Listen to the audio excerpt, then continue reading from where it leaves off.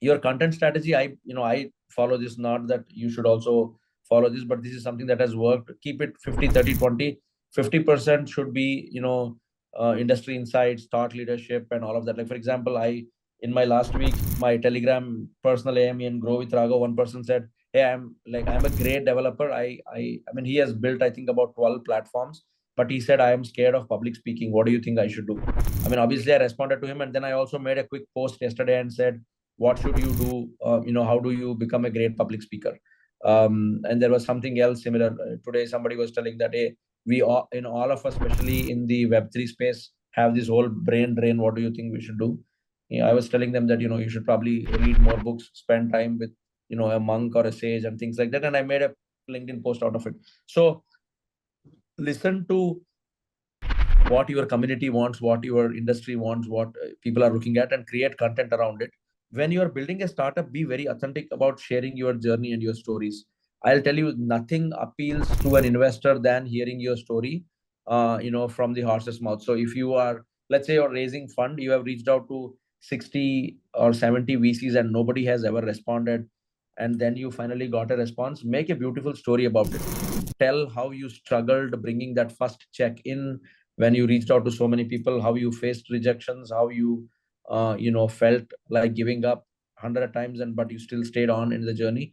It is going to do two things. One, when you're talking about your struggles and being authentic, people will know that, oh, this guy is, he is what he says. And number two, probably it will also silently inspire somebody who is also building and wanting to give up. When you say, I faced 60 no's before I got my first yes, and I stayed, in my journey building.